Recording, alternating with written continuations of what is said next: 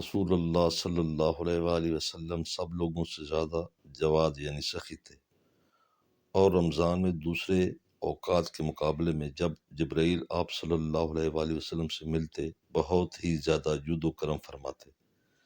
جبرائیل علیہ السلام رمضان کی ہر رات میں آپ صلی اللہ علیہ وآلہ وسلم سے ملاقات کرتے اور آپ صلی اللہ علیہ وآلہ وسلم کے ساتھ قرآن کا دورہ کرتے۔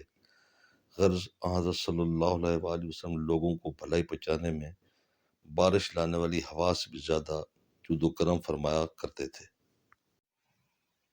رسول اللہ صلی اللہ علیہ وآلہ وسلم نے فرمایا، اسلام کی بنیاد 5 چیزوں پر قائم کی گئی ہے۔ اول گواہی دینا کہ اللہ کے سوا کوئی معبود نہیں، اور بے شک حضرت محمد صلی اللہ علیہ وآلہ وسلم اللہ کے سچے رسول ہے، اور نماز قائم کرنا اور زکوٰۃ ادا کرنا اور حج کرنا اور رمضان کے روزے رکھنا۔ لوگوں نے پوچھا، یا رسول اللہ صلی اللہ علیہ وآلہ وسلم کون سا اسلام افضل ہے؟